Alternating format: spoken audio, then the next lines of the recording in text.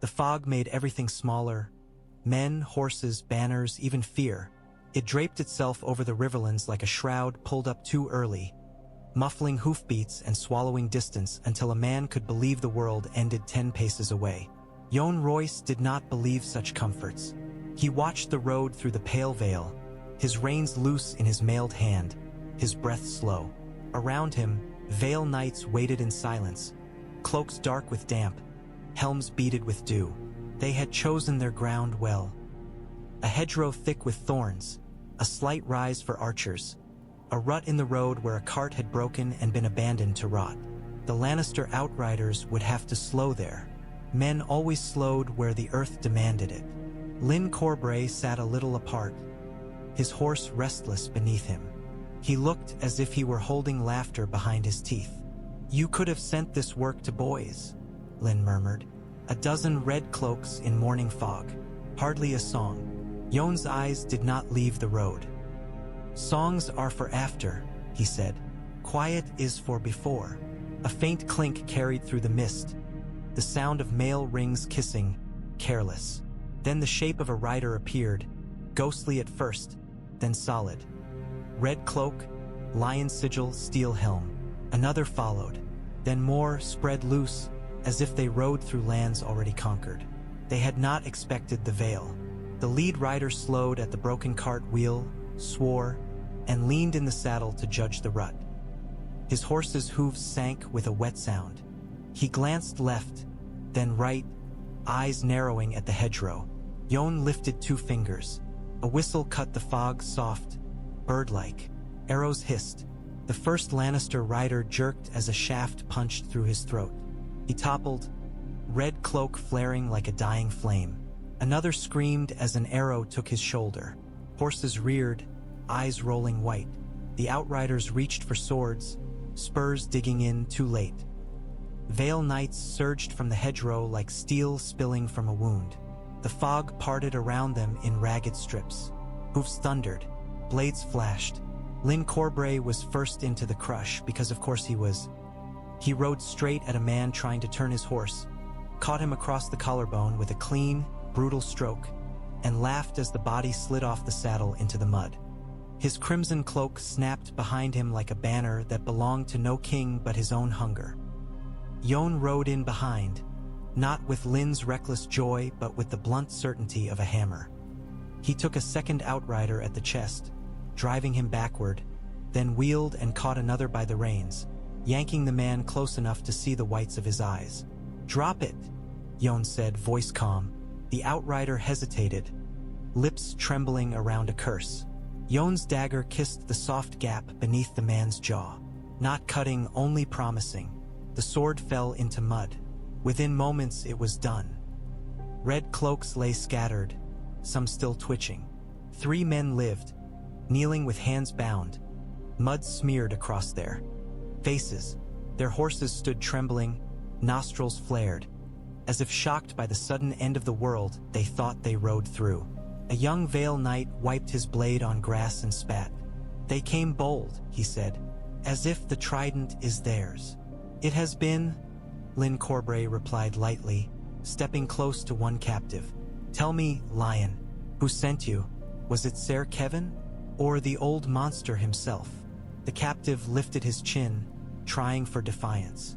"The Riverlands are his graces," he snarled. "Your..." Lyn's sword point drifted up to the man's eye, gentle as a lover's touch. The captive's breath hitched. Yohn's voice cut in flat. "You will answer or you will bleed, and your answers will taste like iron anyway." He looked at the captive as if reading a ledger. "How many outriders rode out today? Which roads do they watch? Who do they report to?" The man swallowed.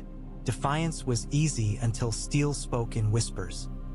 By the time the fog began to thin, Yohn had his information and the road had its bodies.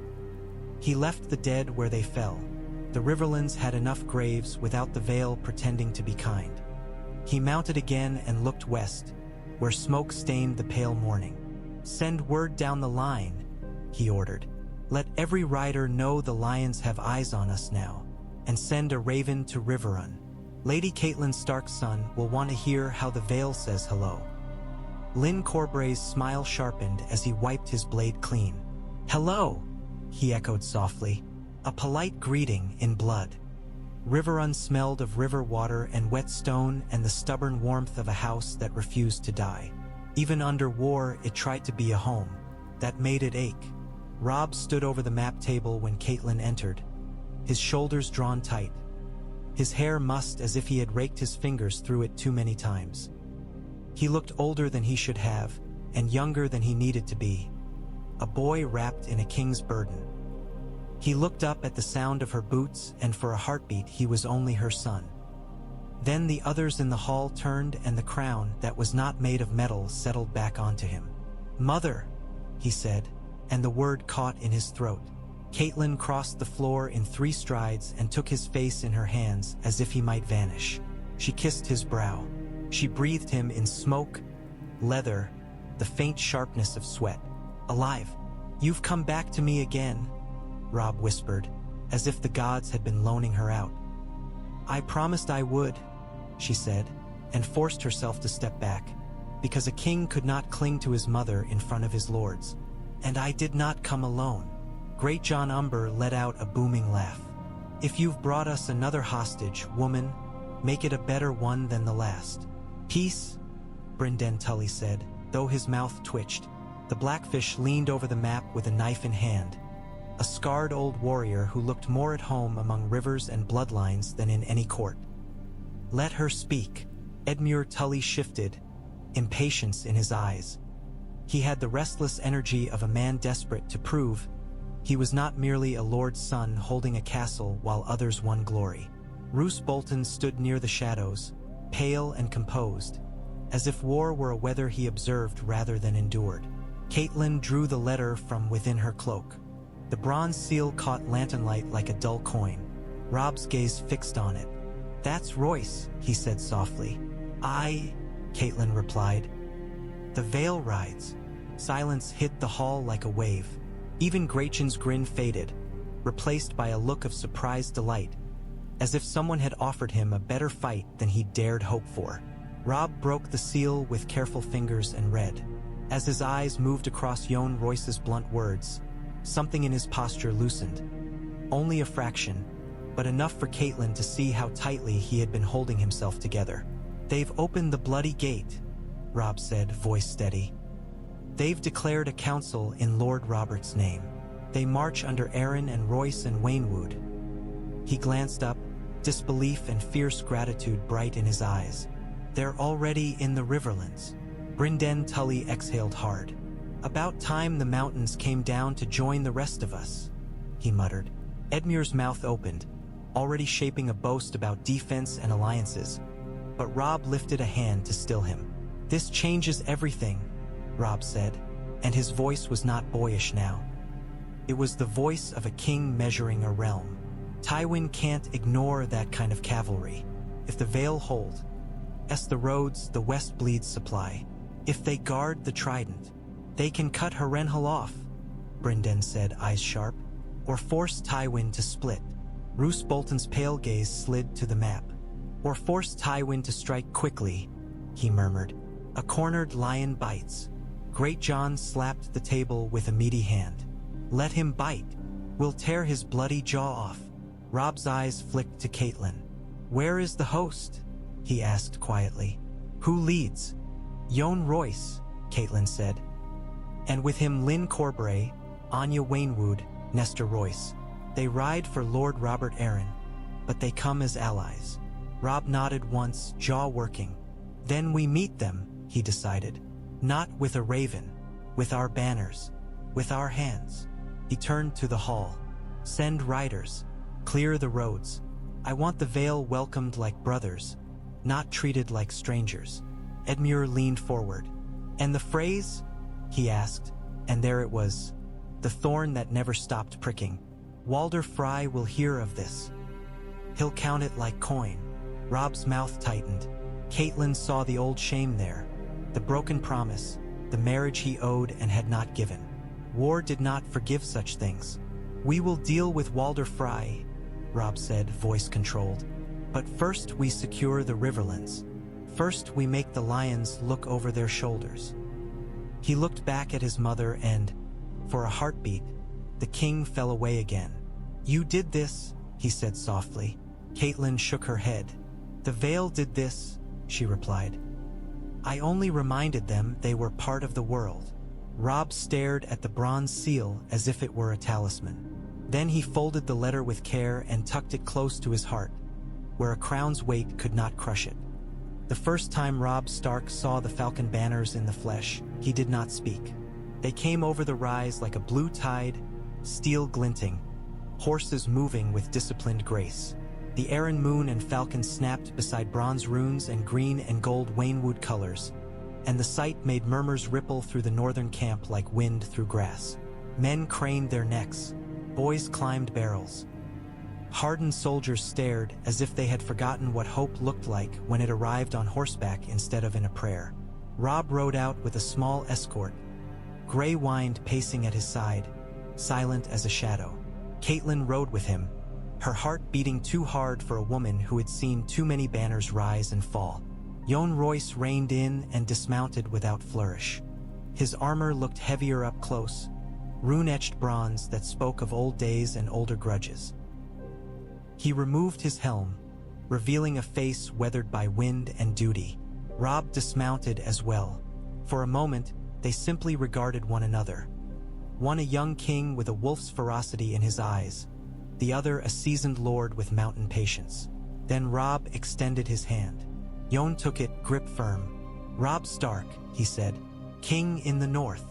"Yohn Royce," Robb replied, "Lord of Runestone." "Bronze Yohn," Lyn Corbray called from behind with a grin, as if names were toys. "Don't forget the bronze." It makes him sound like a statue, and he does his best to live up to it. Yohn did not even glance back. "And you are Lyn Corbray," Robb said, gaze cutting to the smiling knight. "Lady Lisa once called you her sharpest sword." Lyn bowed with theatrical ease. "I do cut well," he admitted. Anya Waynwood stepped forward, her posture controlled, her eyes assessing. "Your Grace," she said to Robb, "we come in Lord Robert Arryn's name, and in the Vale's." Robb's gaze softened slightly when he looked at her. "Then you honor me," he said, "and you honor my mother." Catelyn felt the words settle into her bones. Honor, spoken aloud, was a strange kind of warmth. Brynden Tully approached, hand resting on his sword hilt as if he could not help himself. "I've been waiting to see if you mountain folk remembered how to ride," he said dryly. Yohn's mouth twitched. "We remembered," he replied. "We simply chose the right moment to remind the realm." Great John Umber guffawed and slapped a man's shoulder hard enough to stagger him. "Now this is a bloody feast," he roared. "Lions, wolves, and now falcons. The gods will choke on the noise we make." Robb turned serious again, gesturing toward the camp. "Come," he said. "We have maps and wounds and enemies enough to share." As they walked, men parted to watch the Vale Lords pass. Some northerners looked suspicious, measuring the newcomers' polished mail and fine horses. Others looked relieved, as if the arrival of allies made the world feel less like a narrowing trap. Inside the command tent, lantern light flickered over maps. Robb pointed to roads and rivers, explaining G positions in a quick, precise voice. Yohn listened without interrupting, eyes moving like a man reading terrain in his mind. When Robb finished, Yohn spoke simply. "You have fought well," he said, "but you have been fighting with half a realm. That ends." "And what do you advise?" Robb asked. Yohn laid a gauntlet finger on the map near the Trident. "We secure the crossings," he said. "We guard the roads that feed Tywin Lannister's men. We strike his foragers until his army eats mud. We force him to either retreat toward the west or split his strength to protect what he needs." Lyn Corbray leaned in, eyes bright. "And we hunt," he added. "Hunt hard enough that every red cloak sleeps with a knife in his dreams." Anya Waynwood's voice was cooler. "And we mind politics," she said. "You have enemies who smile. Frey, Bolton, men who would rather be safe than loyal." Catelyn's stomach tightened at the names. Robb's jaw clenched, and she saw him swallow whatever he wanted to say. "We will be careful," Robb promised. Yohn Royce's gaze held his. "Care is not enough," he said. "You are a king, and kings draw knives. We did not ride to watch you die from a blade you did not see." Robb nodded once, accepting the harsh gift of truth. "Then ride with me," he said. The Vale lords bowed their heads, not kneeling, not submitting, but acknowledging alliance. Outside, banners snapped in the wind and men shouted as if the very air could be turned into courage. For the first time in too long, the Stark camp felt like the beginning of something, not the end. Rain turned the riverbank into a trap. The Trident ran high and angry, brown water churning past reeds flattened by boots. Men cursed as they sank ankle-deep in mud. The pontoons creaked under the weight of armored bodies, ropes straining, would slick as eels. Overhead, arrows hissed from the far bank where Lannister men had taken position among trees. Edmure Tully rode up and down the line, face flushed with urgency. "Hold the bridge," he shouted. "Hold it, damn you. If they burn the pontoons, we lose the crossing." A flaming arrow struck wet wood and sputtered uselessly, steam hissing. Another hit a shield and skittered away.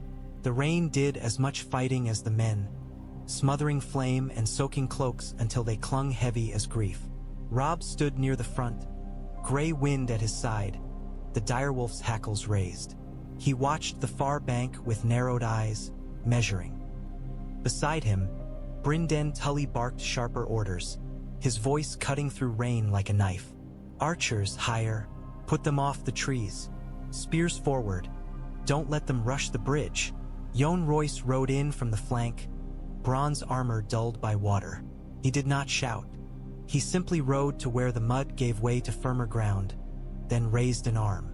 Vale knights shifted around him as if drawn by invisible rope. "They mean to hold us here," Robb said, more to himself than anyone. "They mean to make you bleed for every step," Yohn replied. His gaze slid along the far bank. "So we do not step where they expect." He pointed toward a stretch of shallows upstream where rain had swollen the river but also spread it wider, thinning its depth. "There," he said, "send light horse. Not across the bridge. Across the water." Robb's eyes flicked. "In this current? Men have crossed worse," Yohn said. "And horses, if you choose them well." Lyn Corbray appeared beside them like a red stain. "Choose me," he said cheerfully. "I'll swim if I must." "No," Robb said, blunt. "I need you alive." Lyn laughed as if that were the finest joke. Robb signaled. A dozen Vale riders peeled off, lighter armor, horses lean and strong. They urged their mounts into the shallows. Water surged around legs, splashing high. One horse stumbled, recovered, snorted water. Men leaned low, gripping reins, teeth clenched. On the far bank, Lannister archers noticed too late. They shouted, pointing, loosing arrows in hurried volleys. Rain spoiled their aim. Shafts plunged into water, skipped off wet hides, thudded into mud. The Vale riders reached the opposite side like a spearhead breaking through flesh. They scrambled up, swords flashing, and slammed into the Lannister flank. The red cloaks turned, startled, their line bending like a branch under sudden weight. "Now!" Brynden shouted, and Edmure bellowed agreement, charging forward with the men on the bridge. Shields pushed, spear points stabbed, boots slipped, found purchase, drove again. Robb surged with them, his sword cutting in controlled arcs, gray wind dart. NG at his side, snapping at exposed legs, dragging a man down into the mud where he drowned in filth and panic. The Lannister line broke in pieces, first a small gap, then a widening tier. Men tried to retreat into the trees, but the Vale riders were already there, hacking them down, driving them toward the river where they had nowhere to go but into water that did not care what house they served. When it was finished, the rain still fell, relentless. Bodies lay in mud, their red cloaks soaked dark, indistinguishable from earth. The river carried away blood as easily as it carried leaves. Edmure rode up, breathing hard, triumph bright in his eyes. "Did you see?" he exclaimed. "We held it. We." Bryndon's glare silenced him mid-boast. "We survived it," the Blackfish corrected. "Don't confuse living with winning." Yohn Royce met Robb's gaze across the wet chaos. "This is how we fight," he said. "Not pretty, not proud, effective." Robb wiped rain from his brow and nodded. "Then keep teaching me," he said quietly. Behind them, banners drooped heavy with water, but they still showed their colors. Wolf and Falcon, moving together across a flooded world. Tywin Lannister fed his war the way a rich man fed his pride. Steadily, expensively, without imagining it could ever be taken from him. The wagons rolled along the forest road under low gray sky, barrels of salted meat, sacks of grain, kegs of wine meant for men who killed better when they believed they were rewarded.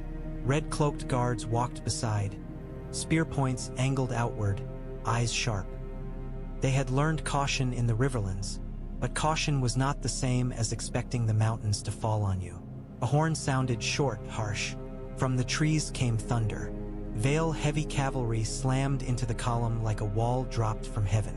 Yohn Royce led them, bronze runes flashing where weak sunlight broke through clouds. His horse hit a guard full in the chest, crushing him down into mud. The wagon beside them lurched, will snapping with a crack like bone. Northmen surged in from the other side, direwolf banners snapping, axes raised.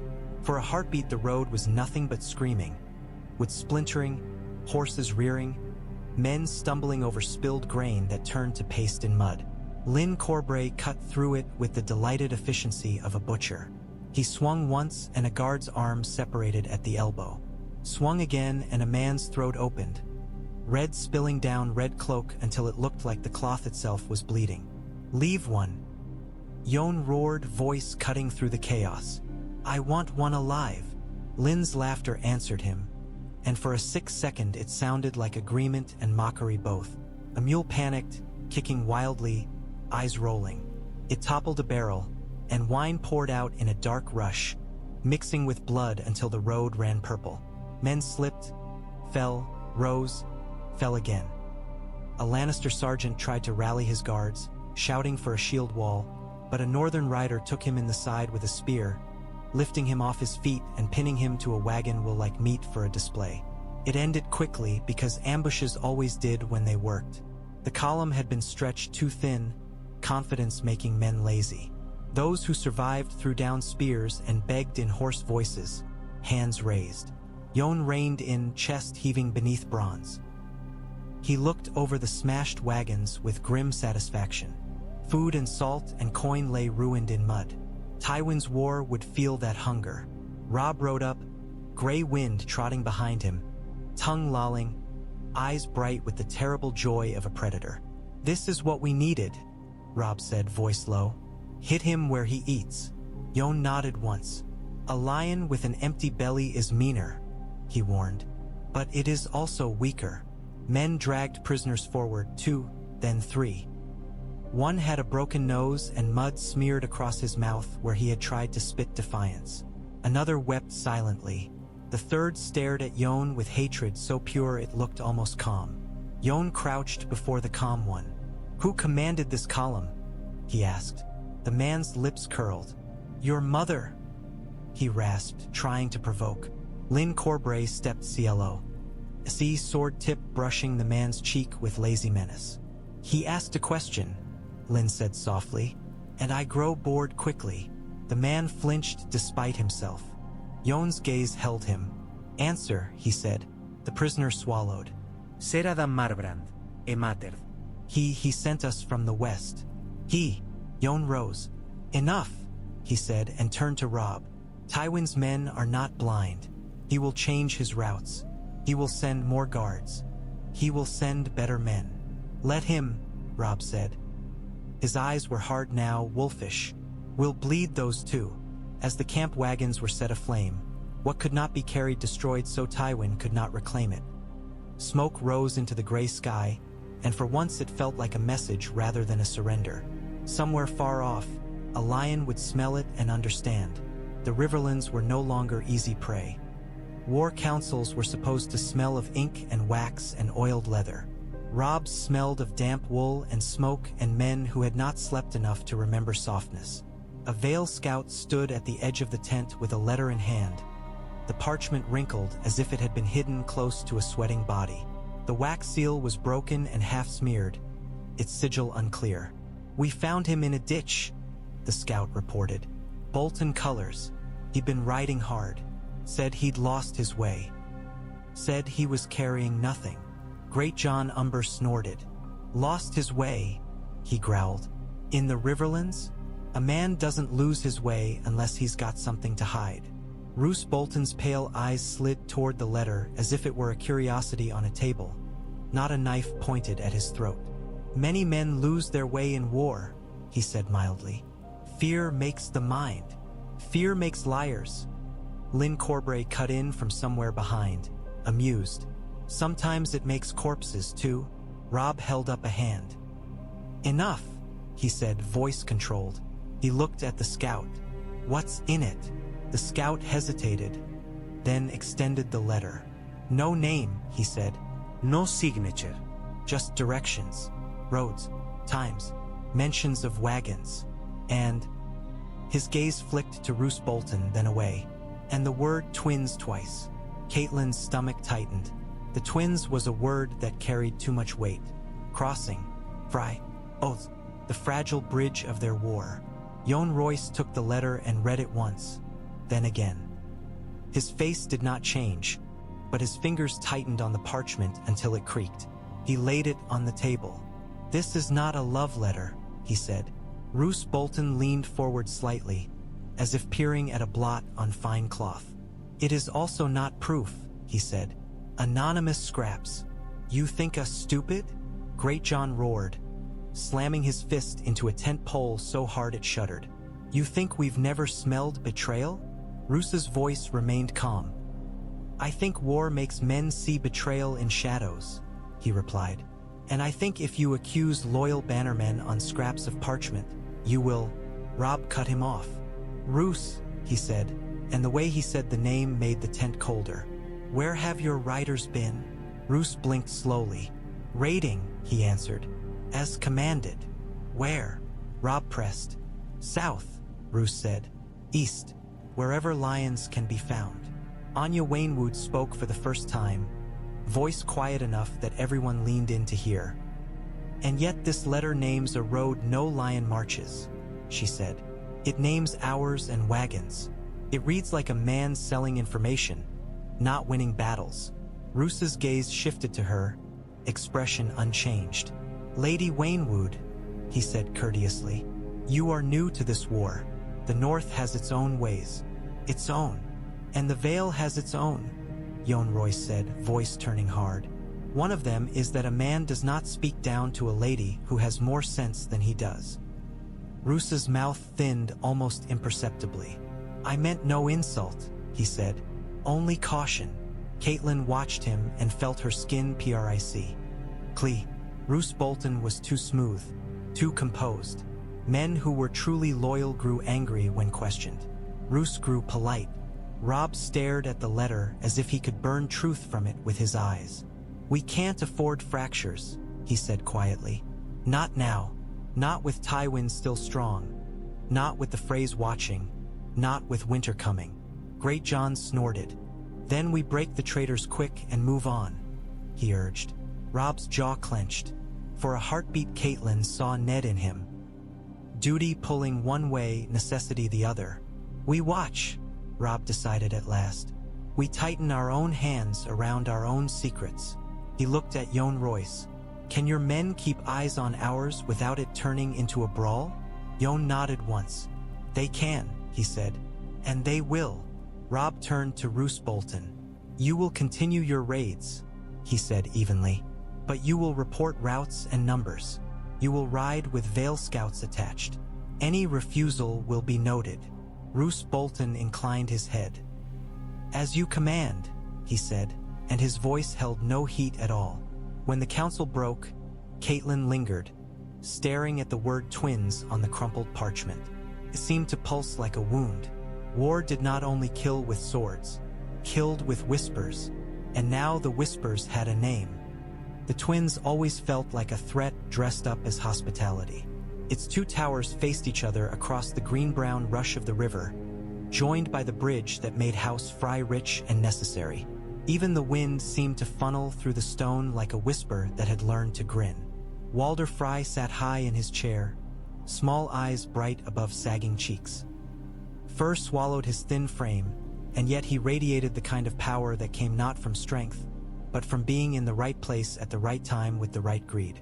Robb stood below him, posture controlled, his face set in the calm of a man forcing himself not to show teeth. Catelyn stood at his side, feeling the old shame in him like a bruise he had learned to press so it would not show. "Your Grace?" Walder croaked, voice sweet as spoiled milk. "Or do I call you boy? I knew you when you were sucking at your mother's teat." Catelyn's fingers twitched. Robb did not react. "Call me what you like," he said, "so long as you call me honestly." Walder's lips pursed. "Honesty," he repeated, as if tasting something foreign. His gaze slid to the Vale Lords, Yohn Royce, stiff as stone, Anya Waynwood, composed, Lyn Corbray, smiling faintly like a man at a play. "And who are these pretty birds in my hall?" "Allies," Robb said. "The Vale rides." Walder's eyes narrowed, coin counting behind them. "So I've heard," he said. "The mountains have grown bored of sitting on their arses." Yohn Royce spoke calmly. "The Vale remembers its kin," he said. "And its honor." Walder waved a hand. "Honor doesn't pay toll," he snapped. Then his mouth softened again into false pleasantness. "But perhaps honor does bring gifts. Are you here to give me mine, boy?" Robb's jaw tightened. "I am here to mend what I broke," he said. "I swore before gods and men to wed one of your daughters. I failed. That failure has cost us all." Walder leaned forward slightly, eyes sharp. "And why did you fail?" he demanded. "Because you got your little wolf cock tangled in some." "Enough," Catelyn cut in, cold fury rising. The hall quieted, surprised at the steel in her voice. "Say what you demand, Lord Walder, and stop chewing on insults like old meat." Walder stared at her, then cackled. "Cats got claws," he wheezed. "Always did." "Fine. Demand, then. Demand, then. I demand satisfaction. I demand a wedding. I demand your Uncle Edmure takes my Roslyn. And I demand it here in my halls with my guests watching, so the realm sees I am paid what I'm owed." Brynden Tully's eyes narrowed. "Edmure is a lord," he said, "not a coin to be spent." Walder's smile vanished. "He's a Tully," he snapped, "and Tullys are drowning without my bridge. You want to keep your crown on that boy's head. You give me what I ask." Robb inhaled, slow. "Edmure will wed Roslyn," he said, and Catelyn saw the pain in him.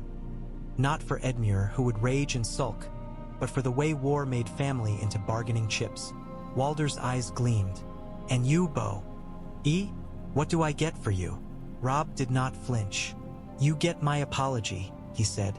"You get my word that House Frey will be honored for loyalty when this war is done. You get hostages, if you wish, to prove my sincerity." Walder's gaze flicked to the Vale Lords again, calculating. "Hostages," he repeated, and his tone changed, a small shift like a rat sensing a trap. "And what do the falcons say? Will they vouch for you?" Anya Waynwood stepped forward, voice calm. "We will witness the terms," she said, "and we will witness guest right honored properly. The Vale keeps records as well as swords." Walder's mouth twitched. "Records," he muttered. Then his eyes brightened again with an idea. "Fine. Fine. A wedding. A feast. A grand one. We'll drink and sing and make peace. And perhaps the wolves will learn manners." Lyn Corbray's smile sharpened a fraction, but he said nothing. Catelyn watched Walder Frey's face and felt unease coil inside her. The old man had agreed too quickly, too easily. He had demanded payment, yes, but he had not seemed satisfied by it. He had seemed interested. Interest was not loyalty. Interest was a door opening to something hungry. Robb bowed his head stiffly. Then we will return, he said, with Edmure, with gifts, with vows. Walder spread his hands as if blessing them. Bring music, he croaked. I like music. It makes men forget where their knives are. As they turned to leave, Catelyn heard the river rushing beneath stone, endless and indifferent. For a moment, it sounded like laughter. In a smaller room away from the hall's noise, Walder Frey's smile fell off his face like a mask set aside. The fire snapped in the hearth, throwing restless light across stone. A letter lay open on the table, the wax seal bearing a mockingbird pressed into red. Walder's gnarled hand rested on the parchment, as if pinning it down might pin down the world that was shifting around him. Roose Bolton stood near the wall, half in shadow. He looked as if he belonged there. Quiet, pale, patient, a man shaped for secrets. Beside Walder, Lothar Frey leaned in, whispering, clever eyes darting. "They've brought the veil," Lothar murmured. "That changes the measure." Walder's nostrils flared. "Everything changes," he snapped. "Always changing. Wolves here, lions there. Now falcons flapping in my face like they own the sky." Roose Bolton's voice drifted calm as mist. "The veil's presence makes a knife harder to hide," he said. "But it does not make the knife less sharp." Walder's eyes narrowed. "And you still want to use yours," he said, suspicious. Roose's expression barely shifted. "I want to survive," he replied. "As you do." Walder tapped the mockingbird seal with one crooked finger. "The little lord in King's Landing writes pretty," he said, voice sour. "He promises gold, titles, marriages. He promises the world, and he isn't even the man wearing the crown." "He is close to the men who do," Lothar said softly. Roose's gaze flicked to the letter. "Peter Baelish understands leverage," he said. "He understands that a bridge is power, and power must be paid." Walder's mouth twisted. "Paid," he echoed. "Aye, and I will be paid.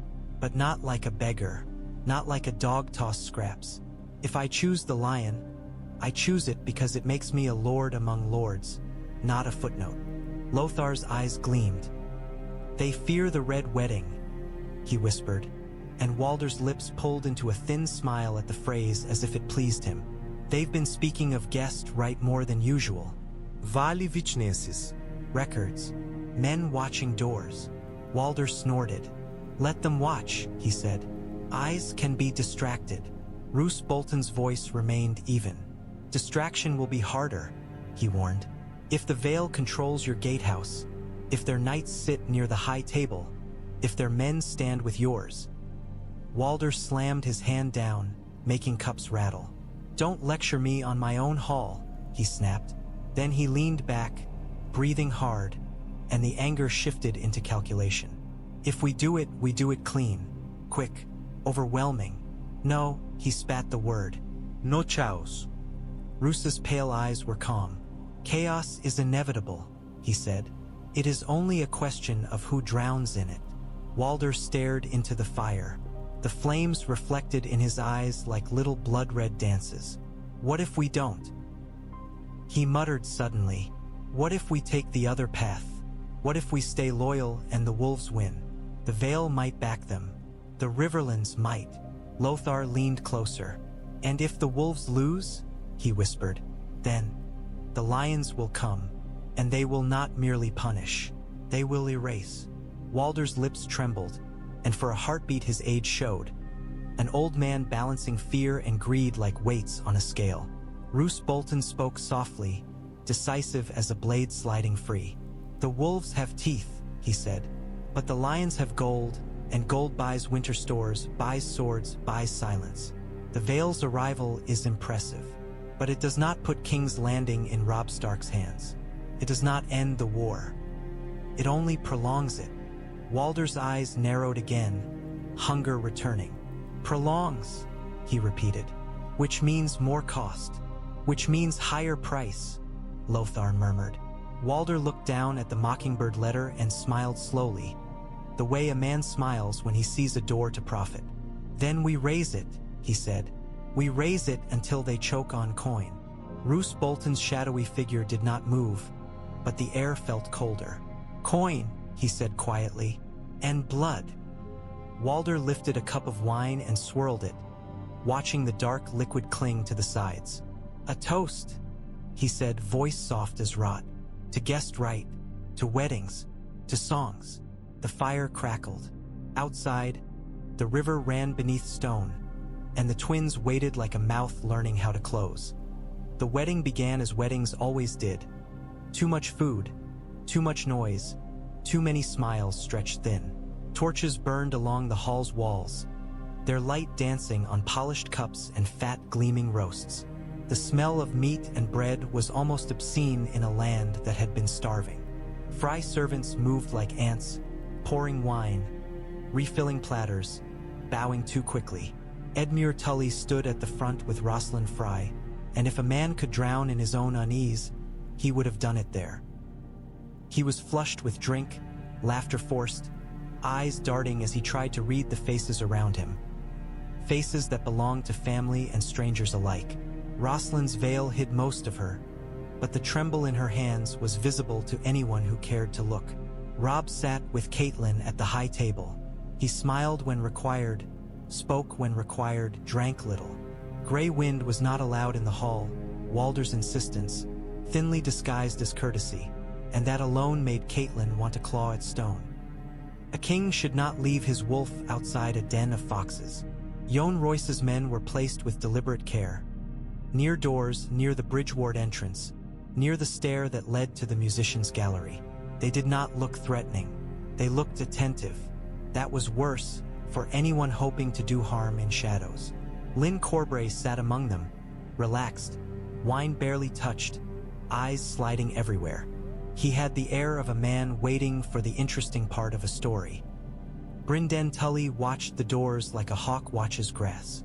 His hand rested on his sword hilt beneath the table, hidden by cloth, but Catelyn knew it was there. She knew because hers was hidden the same way. Walder Frey presided like a spider in the center of his web, smiling, telling bawdy jokes, receiving toasts with a quivering laugh. His many sons and grandsons filled the hall, yellow-brown cloaks everywhere, faces too similar, mean mouths, sharp eyes, thin patience. Roose Bolton sat further down the table, pale and still. He drank sparingly, as if preserving himself. His pink cloak hung from his shoulders like flayed skin. Catelyn's gaze caught on it and would not let go. The music began. Fiddles, drums, a flute that squealed too high. Men clapped and shouted. Wine loosened tongues. Edmure's smile grew more genuine as drink blurred the edges of dread. For a moment, it almost felt like peace pretending to exist. Then Catelyn noticed the musicians change. One by one, they shifted instruments. A drummer set his stick down and reached for a crossbow hidden beneath the gallery rail. A fiddler's hands did not reach for strings, but for a lever. Catelyn's breath caught. She turned her head sharply toward Robb, and in the same heartbeat, she saw Lyn Corbray's posture shift. No longer relaxed, but coiled. Yohn Royce's gaze flicked up as well, and in it Catelyn saw recognition, cold and instant. Brynden Tully was halfway to his feet. Walder Frey lifted his cup, smiled too wide. "A song," he croaked. "A special song for tea." "He young wolf." "No," Catelyn whispered, and the word was lost beneath the swell of noise. The hall's doors began to close, not slammed, guided as if for privacy. Frey guards moved to bar them, spears angling inward. Robb's hand went under the table, gripping steel. His eyes met his mother's, and for a heartbeat the boy in him flashed. Fear and fury tangled. Yohn Royce rose, slow and deliberate, drawing every eye. "My Lord Walder," he said, voice carrying over music that had begun to falter. "Before songs, let us honor guest right. Again, publicly, so all men remember." Walder's smile twitched. Lyn Corbray stood as well, sword hand resting casually on his hilt. "A fine idea," he purred. "I do love reminders." For a heartbeat, the hall hung suspended between feast and slaughter, between laughter and screams. between a door closing and a blade finding its target. Catelyn tasted iron in her mouth and knew, with cold certainty, that the next breath would change everything. The first bolt took a man in the throat 2 tables down, snapping his head back as if yanked by invisible string. Blood sprayed across a trencher. Someone screamed, high and unbelieving. Then the hall became a storm. Crossbow strings thrummed from the gallery. Bolts hammered into flesh. Men toppled, chairs skidding, platters crashing to stone. Wine and blood splashed together, turning the floor slick. The music died in a choking silence broken only by screams and the wet crunch of bodies hitting ground. Shields! Yohn Royce roared, and Vale Knights surged upward, steel snapping into place. They raised their shields like a moving wall, bolts thudding into wood and iron with ugly impact. 2 knights fell anyway, one bolt finding a gap beneath the arm, another punching through a visor slit. Yet the wall kept moving, relentless as a tide. Robb was on his feet, sword out, voice raw. "To me!" he shouted. "To me!" Catelyn grabbed the table edge to steady herself as it rocked under bodies scrambling. A Frey man lunged across the food, knife raised, face twisted with desperate intent. Brynden Tully met him at the door line and split his skull with a downward cut that sprayed bone and blood onto the wooden bar they were trying to close. "Open that door!" Brynden snarled at men behind him. "Open it or die here!" Frey guards shoved back, spears thrusting, trying to hold the exit. They had practiced this. They had planned it. But planning assumed panic. Planning assumed the wolf would be alone. A Vale Knight slammed into the spear line from the side, shield first, breaking the formation. Another drove a sword into a Frey guard's belly, twisting. The guard screamed and folded. Lyn Corbray vaulted onto the table like a dancer, crimson cloak flaring, and cut down 2 men in quick succession. His smile was gone now. In its place was something pure and bright and terrible. "You wanted a song?" he shouted, and drove his blade through a 3rd man's chest. "Here's your chorus." Robb hacked through the press toward his mother, because even in slaughter he was still Ned Stark's son. He grabbed her arm, pulling her behind him as bolts continued to rain. A bolt struck the chair beside Catelyn and buried itself deep in oak, quivering. "Mother!" Robb gasped. "Stay down." "I will not," Catelyn hissed, but she crouched anyway, because dying foolishly helped no one. Her eyes found Walder Frey at the high end. The old man was half risen, face contorted, triumph struggling with shock. He had expected slaughter. He had not expected resistance that moved like iron.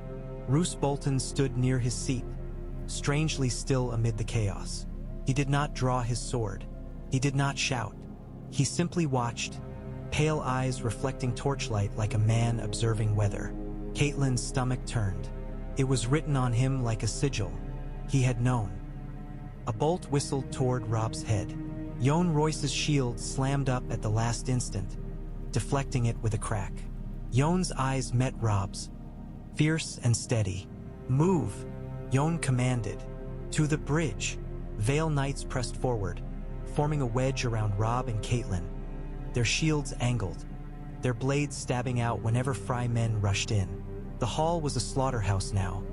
Men dying in corners, bodies piled near tables, screams turning horses' throats filled with blood. Brynden Tully forced the doors open a fraction, enough for cold air to rush in. Outside, more shouting, men fighting in the yard, steel clashing on stone. The betrayal was not only in the hall, it was everywhere. "Out!" Brynden roared, carving a path with his sword. "Out! Damn you!" Robb shoved through the gap with his wolves and falcons around him. Catelyn stumbled after, boots slipping on blood-slick stone, breath ragged. A Frey guard swung at her. Lyn Corbray's blade took the man's hand off at the wrist, sending fingers spinning into darkness. They burst into the courtyard beneath black sky. Torches flickered in frantic hands.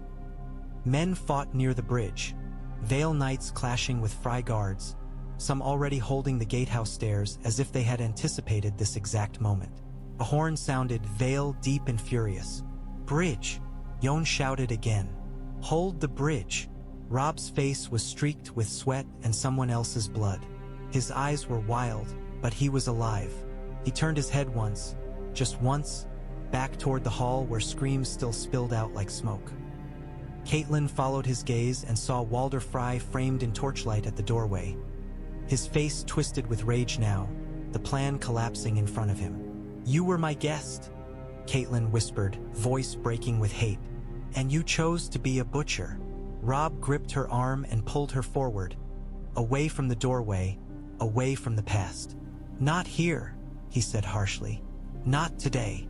They ran toward the bridge under bolts fired from windows, under screams, under the sick, metallic taste of betrayal. Behind them, the twins howled with violence.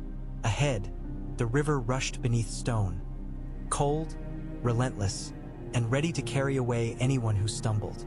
And above it all, banners snapped in the night. Wolf and Falcon, refusing to fall. The Eyrie always felt like a place built for gods, not for men. Too high, too clean, too near the sharp blue cruelty of the sky. The wind found every seam in stone, and even in summer it carried a winter's bite as if the mountains resented warmth as a lie. Catelyn Stark stood beneath pale banners that bore the moon and Falcon, and listened to the thin sound of her own breath. She had crossed half a realm to reach this height, brought by old bonds and older hope, and still hope could die in a sentence. "My sister," Catelyn said, keeping her voice gentle, because gentleness was the only blade Lysa Arryn did not raise against. "The Riverlands burn. The Lannisters have put torch to villages that never raised a spear. My father's lands. Your father is dead." Lysa cut in, her voice quick as the snap of a bird's beak. "All fathers die. Mine did. Yours did. Jon did." Her fingers tightened on the arms of her seat. The sapphires at her throat caught torchlight and made tears of it. "And you come here with your wars, and your kings, and your demands." "Not demands," Catelyn said. "Family." At the word, Robert Arryn made a small noise and burrowed deeper into the blue cloak that swallowed him. His hands clutched his little falcon as if the carved bird might take wing and carry him away. His eyes were too big for his face, pale and fever-bright. When he glanced toward the moon door, he did it the way a child looks toward a cliff edge, half fascinated, half sick with the fear of falling. Maester Coleman cleared his throat. "My lady," he said carefully, as if speaking to a candle flame he feared might gutter. "A raven from the bloody gate." Lysa's gaze snapped to him. "We have ravens every day. Ravens bring lies. This one brings seals." The maester's hands trembled as he held the scroll out. Catelyn saw wax stamped with bronze runes. House Royce, pressed hard enough to leave a ridge.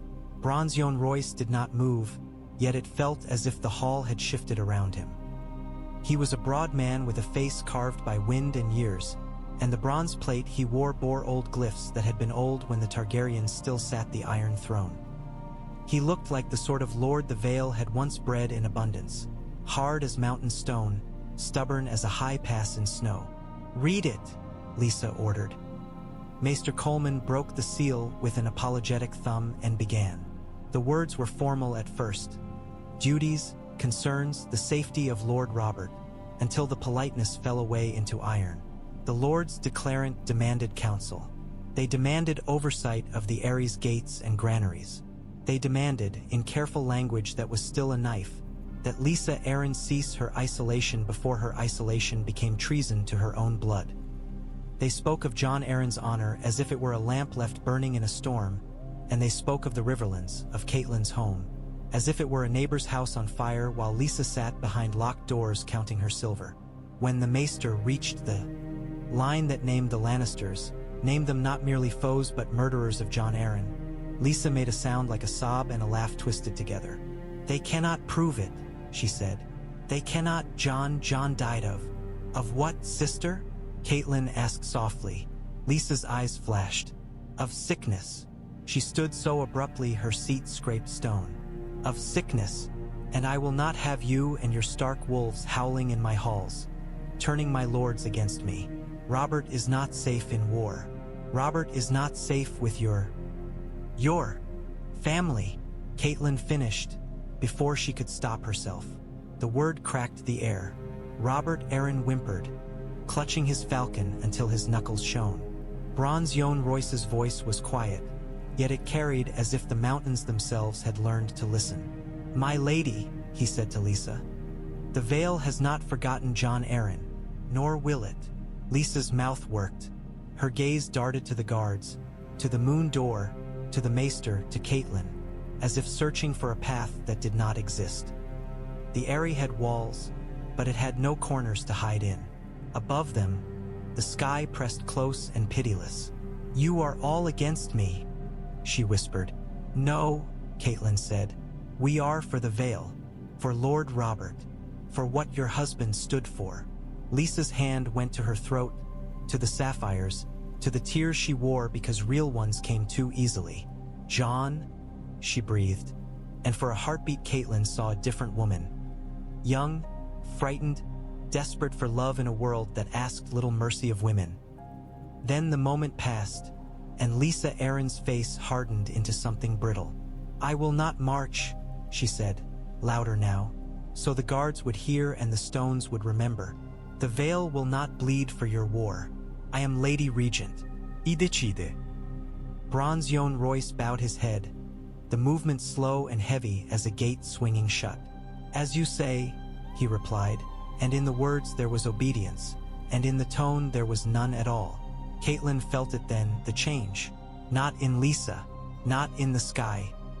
In the air itself, a tension drawn tight enough to sing. The Vale was waking, and when mountains wake, the realm trembles.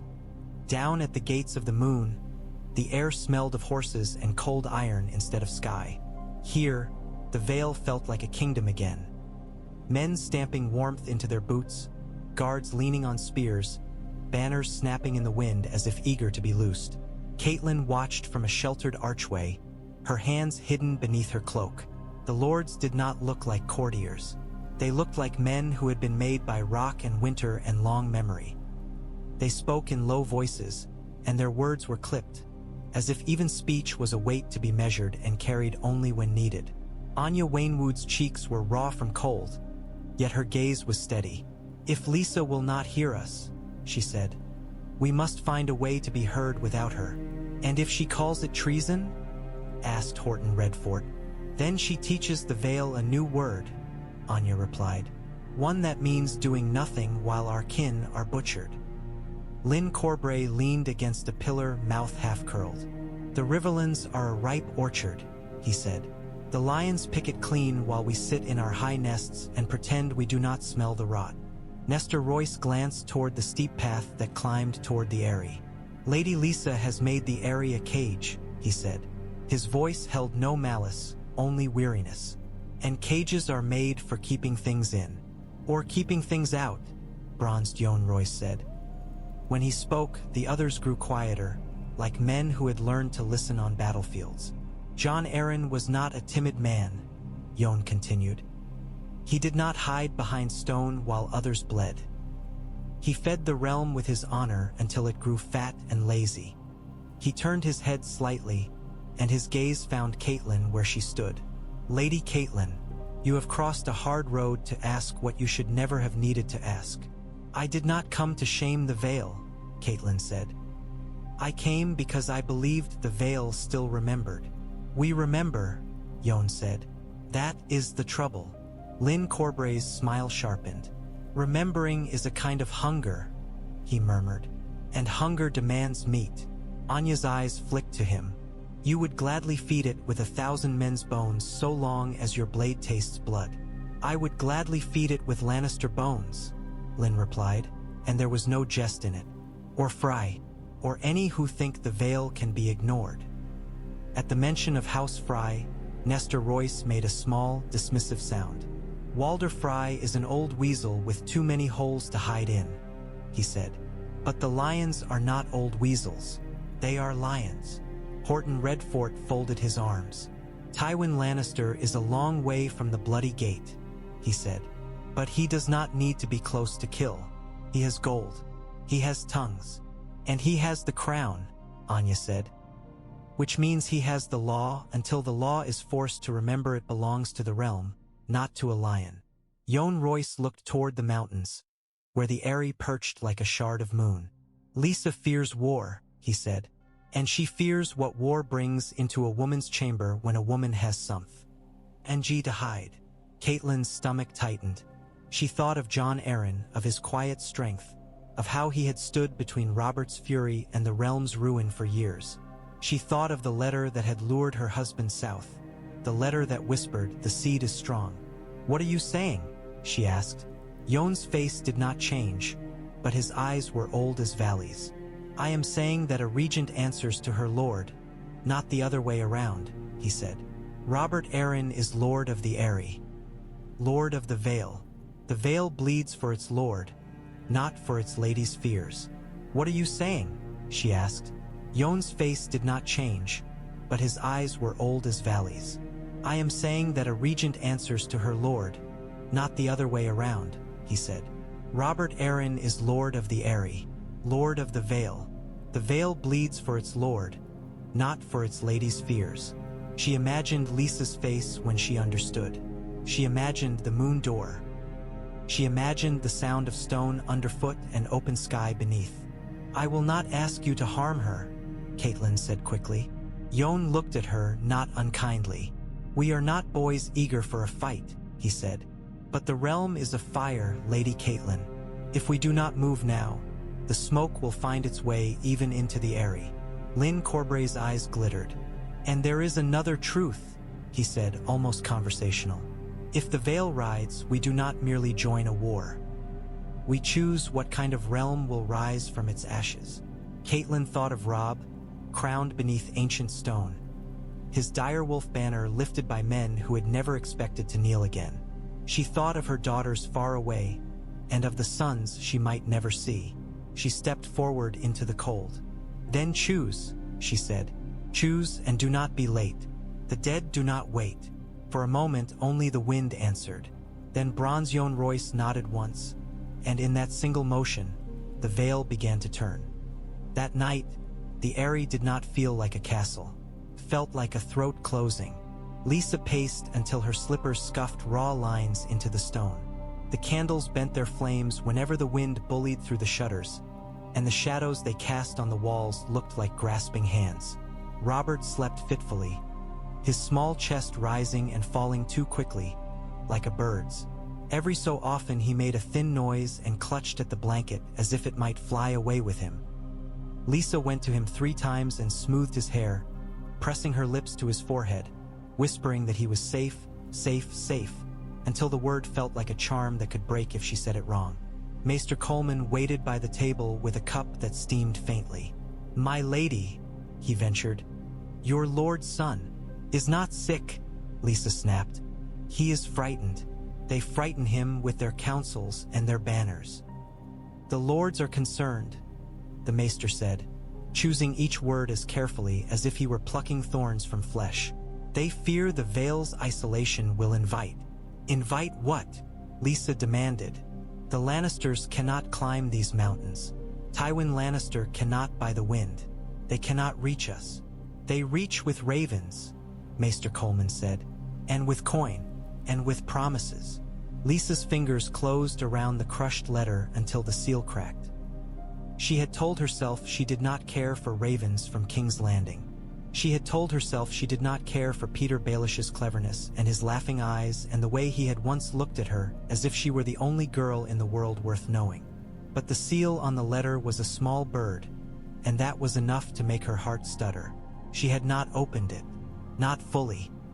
Only enough to glimpse a line that spoke of chaos and opportunity, of wolves and lions tearing at each other while the Vale remained untouched. He had written about safety.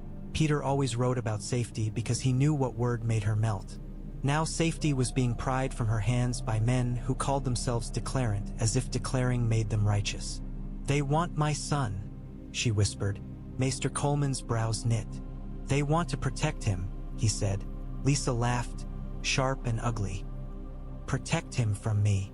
The maester did not answer, and his silence was the worst answer of all. She looked toward the window. Beyond the shutters was nothing but blackness and the faint, distant gleam of snow under starlight. The mountains were endless and indifferent. The sky above them was a cold eye. Jon, she thought, and the name hurt like a bruise pressed too hard. Jon Arryn had been gentle with her in ways she had not deserved, and distant in ways she had hated. He had loved duty more than he had loved her. She had tried to be a good wife, had tried to be a good lady, had tried to be enough. And in the end, she had poured something sweet into his cup and watched his mouth turn blue. No one knew. No one could ever know. Not even Robert, not ever. She had done it for him, for their son, for the Vale. That was what she told herself when her hands shook at night. Now the Vale's lord spoke Jon's name like a banner. Honor, duty, memory. They wrapped themselves in a dead man's virtues and used them as a cudgel. She went to the raven cage and stared at the bird inside. His dark eyes watched her without judgment. Ravens did not care about guilt. Ravens cared about flight. I could send word, she murmured, thinking of Peter. Thinking of his tongue and his mind and his promise that he could fix anything if she let him. She could bring him here, high above the realm's ugliness. She could have someone on her side whose loyalty felt like warmth. Then she imagined Bronze Yohn Royce's face when Peter Baelish walked into the Ares Hall. She imagined Lynn Corbray's smile. She imagined Anya Wainwood's cold eyes. They would never allow it. They cannot take him, she told herself, louder now, as if speaking to the walls would make them listen. They cannot take my sweet boy. Robert stirred and began to whimper in his sleep. Lisa crossed the room in 3 strides and gathered him into her arms, rocking him like he was still a babe. He smelled of milk and herbs, of fear. She pressed her mouth to his ear and whispered the same words over and over until her throat ached. Mine, she said. Mine, mine. When he settled again, she laid him back down with shaking hands. Her fingers lingered on his cheek. For a moment, the softness of his skin was enough to make her weep. Then she straightened, wiping her face with the heel of her hand. She looked at the crushed letter, then at the maester. Summon Captain of the Guard, she said. Summon my men, the ones who remember who gives them bread. Maester Coleman hesitated. My lady, do it. Her voice had turned flat, dangerous in its calm. If they want counsel, they will have it. But they will have it on their knees. The maester bowed and hurried out. Lisa stood alone with her sleeping son and the wind's cold laughter rattling the shutters. Far below, in courtyards thick with torches, men spoke of banners and war. They spoke of honor as if honor was a shield. Lisa had never trusted shields. Shields broke. She trusted only heights and fear and the love that clung too tightly to let anything slip. At dawn the world was clean again, as if night had never happened. The mountains wore white crowns. The sky was a hard, polished blue that offered no mercy, only clarity. Catelyn walked with Bronze Yohn Royce along the outer wall where the Ares stone ended and air began. She kept her eyes on the path. It was too easy up here to imagine stepping wrong. Too easy to remember what a fall meant. You did not sleep, Yohn said. Neither did you, Catelyn replied. He gave a grunt that might have been agreement. Below them, boys practiced with wooden swords, their breath puffing in white bursts. They looked like any boys in any yard, yet their play struck Catelyn as something precious and strange. In the Riverlands, boys had learned to hold real blades. In the north, boys had learned to harden. Lisa will not yield easily, Catelyn said. She will not yield at all, Yohn corrected. Yielding is not in her nature. Fear is. Catelyn glanced at him. You speak as if you know her well. I know the Vale, he said, and I knew Jon Arryn. He paused. Jon would be ashamed to see his bannermen begging his widow for permission to do what is right. Catelyn's throat tightened at Jon's name. Jon would be furious, she said, and grief makes people strange. Grief makes people themselves, Yohn said. The parts they hid when life was gentle. They walked in silence for a time. Far across the courtyard, Ser Lyn Corbray leaned against a post and watched the squires with the bored air of a man observing puppies. When his gaze met Catelyn's, he offered a quick smile, sharp as a nick in steel. Catelyn did not return it. "Your son," Yohn said at last. "Robb Stark. They say he is winning." "He is," Catelyn said, and the pride in her voice surprised her. "He is young, but he listens. He fights like the wolf he is. And he wears a crown," Yohn noted. "He did not ask for it," Catelyn said. "It was placed on him by men who had lost their king and found a boy willing to carry the weight." Yohn's gaze remained on the horizon. "Crowns change boys," he said. "War changes men. And the Vale," Catelyn said, pressing, "has not changed." Yohn's jaw worked. "The Vale has been asleep," he admitted. "But sleep ends. It always does." A raven cried overhead. Catelyn followed its path with her eyes until it became a black speck against blue. "I need you to ride," she said quietly. "Not for me. Not even for my father. For the realm. If the Vale stays out, the lions will finish the Riverlands. They will crush my son between the Freys and the West, and then they will turn north. They will not stop." Yohn's eyes narrowed. "You speak as if you know their hearts." "I know Cersei Lannister's heart," Catelyn said, remembering a woman with hair like spun gold and eyes like green ice, smiling as she lied. "And I know Tywin Lannister's. He will punish. He will make examples. He will turn the world into a lesson written in blood." Yohn Royce's face did not soften, but here was something like sorrow in his eyes. "Then we must write our own lesson," he said. Catelyn reached beneath her cloak and drew out a folded parchment. The ink was fresh. "I wrote to Robb," she said. "I have not sent it. Not yet. Because a letter without truth is only hope dressed up in wax." Yohn took the parchment. He did not open it. He weighed it in his hand as if feeling the pressure of what it contained. Then he handed it back. "Write it again," he said. "Write it with certainty. By nightfall, you will have it." "How?" Catelyn asked, though her heart had already begun to pound. Yohn looked down at the courtyard, at the boys and their wooden swords, at the men who watched with hands resting on real hilts. "Because the Lord's declarant will make their move," he said. "And because Lysa Arryn has made hers." Catelyn's stomach dropped. "You think she will try to harm? I think she will try to hold what she fears losing." Yohn's voice turned granite hard. "And I think she will not mind breaking a few bones to do it." Catelyn heard, in her mind, the whisper of the moon door, the sound of wind like laughter.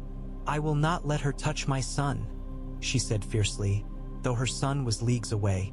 Yohn glanced at her, and for a moment Catelyn saw something behind his armor. Respect, perhaps. "Good," he said. "Then you will understand this." He leaned closer, and his voice dropped so low the wind nearly stole it.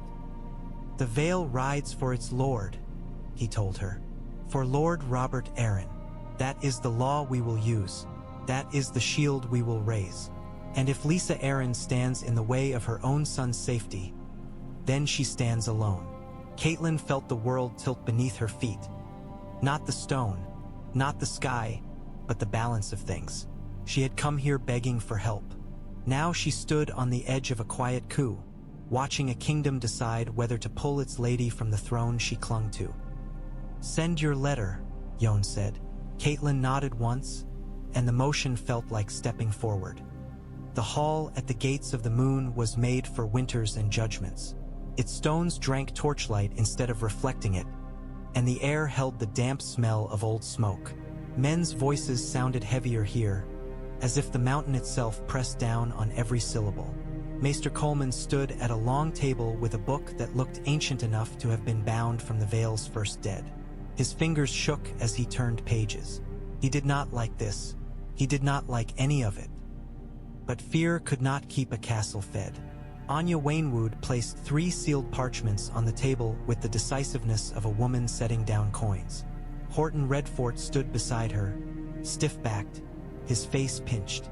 Lyn Corbray leaned close to the wall, eyes bright, waiting like a hound at the edge of a hunt.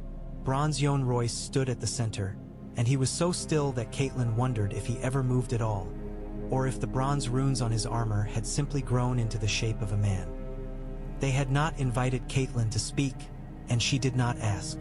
She stood off to one side with her hood lowered, listening, letting the Vale's own voice do its work. By ancient custom, Maester Coleman read, voice trembling. When a lord is in minority, his regent holds authority in his name, but the authority remains his.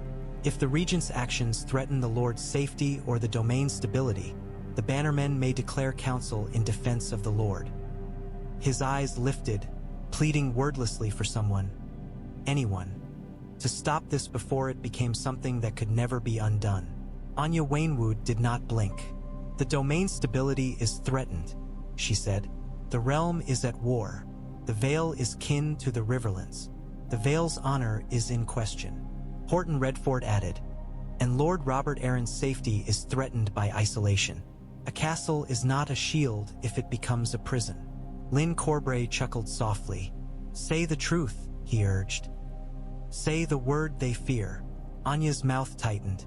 Madness, she said, and the word fell like a stone into water. The doors opened. Lysa Arryn swept in wearing black fur and a gown so dark it swallowed Torchlight. Her eyes were red, as if she had been crying all night or as if she had not slept in a year. Behind her came guards in silver helms, their hands tight on spears. She saw the book. She saw the seals. She saw the men standing not as petitioners, but as judges. You dare, she said, and her voice was thin and sharp as an icicle. You dare hold court in my halls. In Lord Robert Arryn's halls, Bronze Yohn Royce corrected calmly. Robert Arryn jerked at the sound of his own name and looked up, blinking, milk trembling in his cup. He did not understand. He understood only that voices were loud and his mother was angry. Lysa's mouth worked. Her gaze darted to the guards, to the moon door, to the maester, to Catelyn, as if searching for a path that did not exist. The Eyrie had walls, but it had no corners to hide in. Above them, the sky pressed close and pitiless. I am his mother, she said. I am his regent. You are bannermen, sworn to me. We are sworn to House Arryn, Anya Waynwood replied. To your son. Lysa's laugh was bitter. My son is sick. My son needs peace. My lady, Maester Coleman began, and stopped when her eyes turned on him. Lyn Corbray pushed off the wall. Peace, he said, tasting the word like wine. Peace is what wolves pray for when their teeth have been pulled. Lysa's face twisted. You would drag my boy into war, she accused. You would put him on a horse and parade him through mud and blood, like a little lordling puppet so you can play hero. No one speaks of parading, Horton Redford said. We speak of joining our kin, of defending the realm, of ensuring no army ever stands at the bloody gate while the Vale sits mute. Lysa's gaze found Catelyn then. You, she hissed. This is you. You have filled their heads with stark lies. Catelyn's heart hammered, but she kept her face still. I spoke of truth, she said, of fire in the Riverlands. And what of the fire you brought into my home? Lysa demanded. What of the Lannister dwarf you tried here? What of the blood you spilled in my hall? Catelyn's hands curled beneath her cloak, remembering Ser Vardy's Aegon's fall. The way men's loyalties could be shattered by a single fight. Bronze Yohn Royce's voice remained steady. We speak now of law, he said. Not of old wounds. Law, Lysa spat. You think you can use law as a leash on me? Anya Waynwood slid one parchment forward. This is a declaration, she said. A council to oversee the gates and granaries and the safety of Lord Robert Arryn. You will remain Lady Regent. You will not be dishonored. But you will no longer close the Vale's eyes and ears to the realm. Lysa stared at the parchment as if it were a snake. And if I refuse? The hall held its breath. Maester Coleman's voice trembled. Then the bannermen may. May what? Lysa demanded, stepping closer. Say it, Maester. Say the treason. Bronze Yohn Royce answered for him. They may act in defense of their lord, he said. Robert Arryn's cup slipped and milk spilled across his lap. He began to cry, high and panicked. Lisa whirled to him instantly, gathering him into her arms, glaring at the men as if they had struck him. "See what you do?" she said, voice breaking. "You frighten him. You frighten my sweet boy." Anya Waynwood's face tightened. "We frighten him because you have taught him that the world beyond these stones is poison," she said. "We would teach him that the world is his." Lisa's eyes went wild. "He is mine." "No," Bronze Yohn Royce said, softer now, and in the softness was steel. "He is the Vale's." For a moment, Catelyn thought Lisa might scream, thought she might lunge for the moon door itself, though it was not here, as if falling could solve anything. Instead, Lisa clutched her sobbing son and backed away, her guards tightening around her like a wall. I'll have my answer," she said, and her voice had turned cold. "Tonight, and if you are still in my halls when the sun rises, you will learn what it means to defy your lady."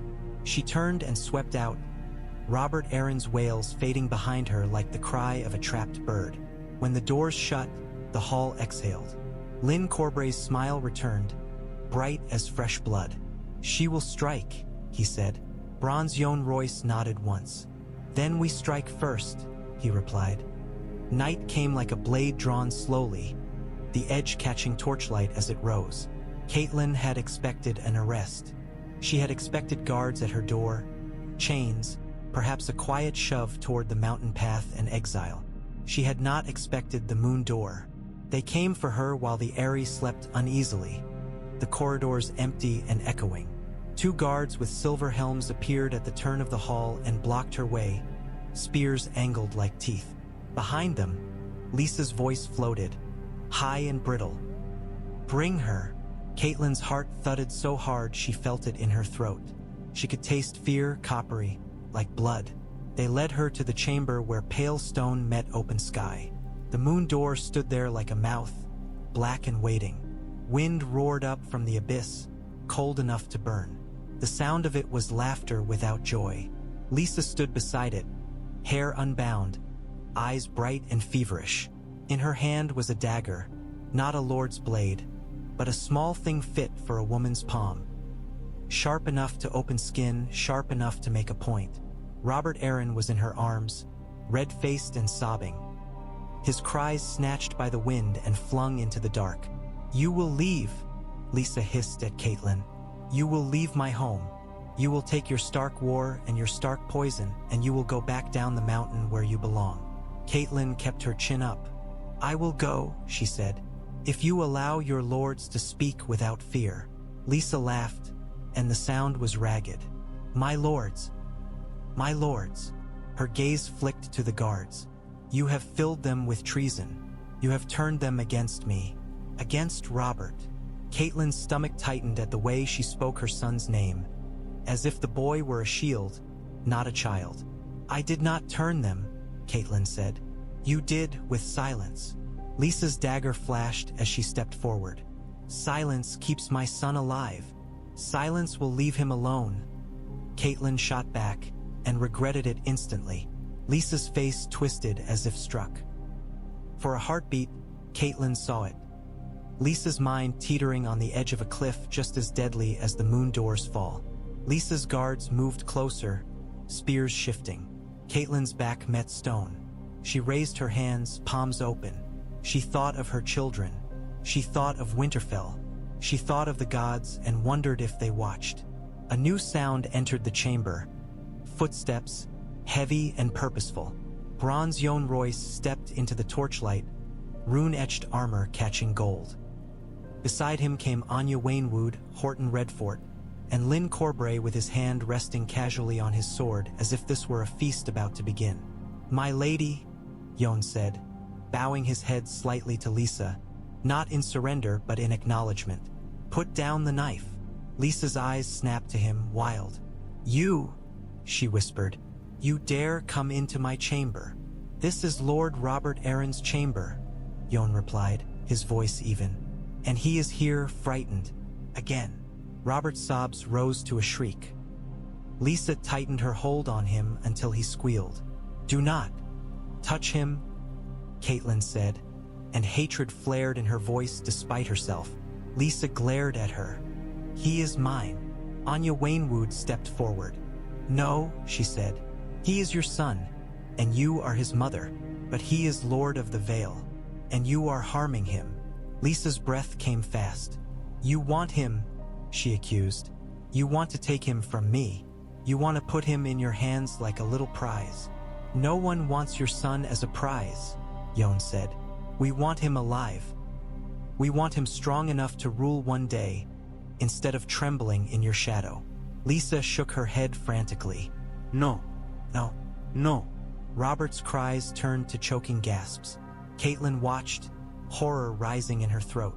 Lysa was squeezing him without realizing. Or perhaps she did realize and could not stop.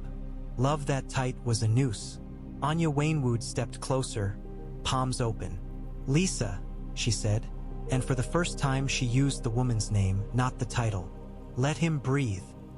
Lysa blinked, as if waking from a dream. Her arms loosened. Robert gulped air and whimpered. In that moment of distraction, Horton Redfort moved.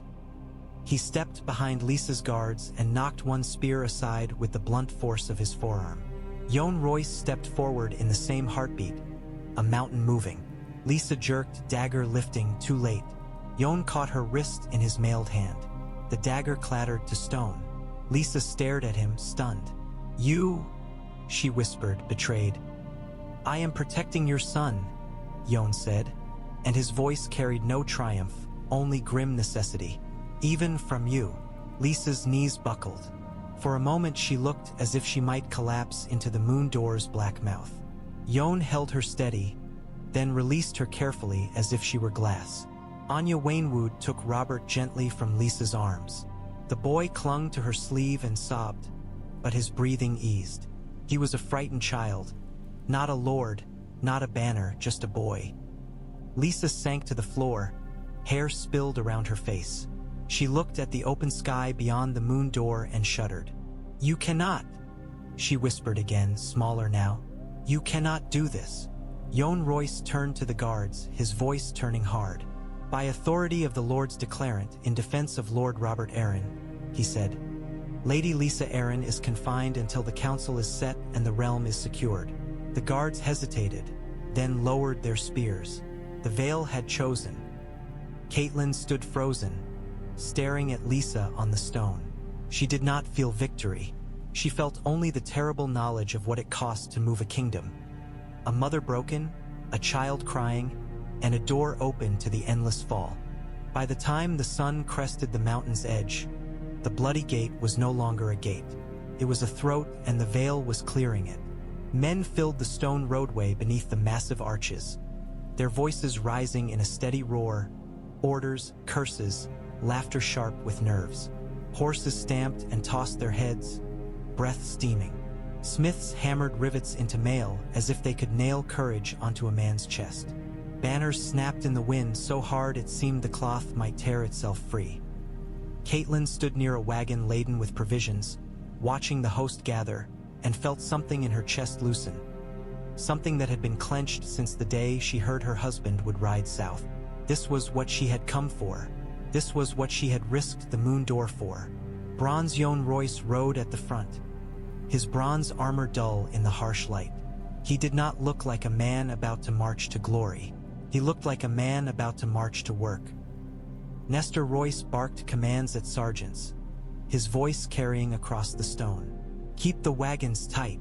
Nogaps, archers to the flanks.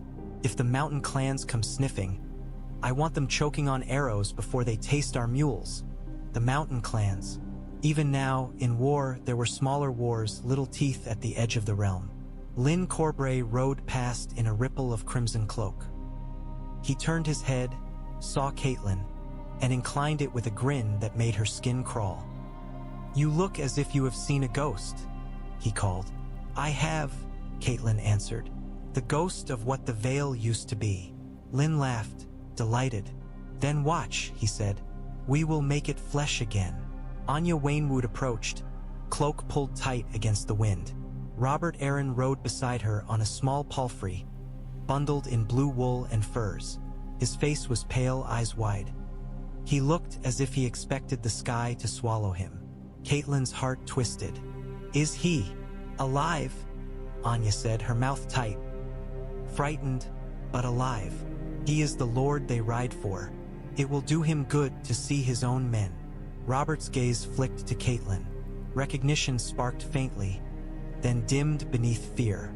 He clutched the pommel of his saddle with white-knuckled hands. Catelyn stepped closer and lowered her voice. "Lord Robert," she said, "you are brave." He blinked, as if the word did not belong to him. "I don't want to fall," he whispered.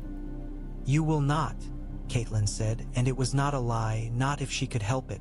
"You are surrounded by the Vale. The Vale does not let its lord fall."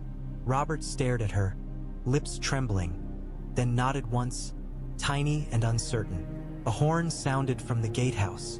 The deep note rolled along stone and into the mountains beyond, as if announcing to the world that the Vale had finally decided to speak. Bronze Yohn Royce lifted a gloved hand. The host quieted, not instantly, but like a storm settling. "We ride," he said, and his voice did not need to be loud. "We ride for Lord Robert Arryn. We ride for the Vale's honor. We ride for our kin. We ride because wolves and lions have torn the realm open, and if we do not stitch it shut, it will bleed until winter drinks it dry." A murmur ran through the men, a sound of assent and hunger and fear. "We will not be late," Yohn continued. "We will not be cowards behind stone. We will be the Vale." He lowered his hand. The portcullis rose with a grinding scream, iron teeth lifting from the road. Beyond it lay the high road, winding down into a world that smelled of smoke and blood. Catelyn felt the wind whip at her cloak, and in it she tasted the Riverlands. Mud, ash, grief. She mounted her horse among Vale guards assigned to escort her back to Riverrun. She would ride with them as far as the First Valley, then split south because her place was with her son. And because the Vale needed Robb Stark to see their banners, to believe in something other than doom. As the first line of knights began to move, the ground trembled faintly under hooves. The sound built, rolling like thunder trapped inside stone. Robert Arryn made a small, frightened noise. Anya Waynwood leaned close to him. "Listen," she murmured. "That is your name on the road." Robert's eyes widened. He swallowed, and then, slowly, the Vale poured out of its own mountain throat and into war. The high road was a scar carved into the mountains, and traveling it with an army made the scar ache. Mist clung to the passes in pale ribbons, curling around hooves and wagon wheels. The cliffs rose on one side and dropped away on the other into emptiness that made Catelyn's stomach tighten even after days of descent. The Vale's men moved with practiced caution, as if every step had been measured by ancestors who had learned where stone crumbled and where it held. Catelyn rode among a small escort, her hands numb inside her gloves despite the fur at her wrists. Ahead, she could see Anya Waynwood's banner, and near it, Robert Arryn's small figure hunched in furs. He looked like a bird caught in its own nest, carried unwillingly toward the storm. Behind and below, the main column moved like a slow river of steel. Bronze Yohn Royce rode at its head. Even from a distance, he seemed to absorb the landscape into himself, another piece of mountain. At a bend in the road, they passed a small shrine to the Seven, stones piled into a crude altar with a carved seven-pointed star. Someone had tied blue ribbons to it. Prayers for safe passage, perhaps, or pleas for mercy from gods that rarely answered. Catelyn found herself whispering names into the cold air. Robb, Bran, Rickon, Sansa, Arya. She did not know where Arya was. That wound was a constant, throbbing thing. She tried not to think of it, and thought of it anyway. A rider approached from behind, his horse picking its steps carefully. He wore the silver and blue of House Arryn, but his cloak bore bronze stitching Royce. "Lady Catelyn Stark," he said, bowing in the saddle. "Bronze Yohn Royce sends word." Catelyn's heart jumped. "Speak." The rider held out a parchment, sealed with bronze runes. Catelyn broke it with numb fingers and read quickly. The Vale's council had been declared. Lysa Arryn confined. Lord Robert under protection. The banners called. The bloody gate opened. The host marching. At the bottom, in Yohn's blunt hand, "Your son will see our falcon. Tell him we ride for the Vale, not for his crown. But we will not let lions eat wolves while we watch." Catelyn's vision blurred. She blinked hard, furious at her own weakness. Tears froze too easily on mountain air.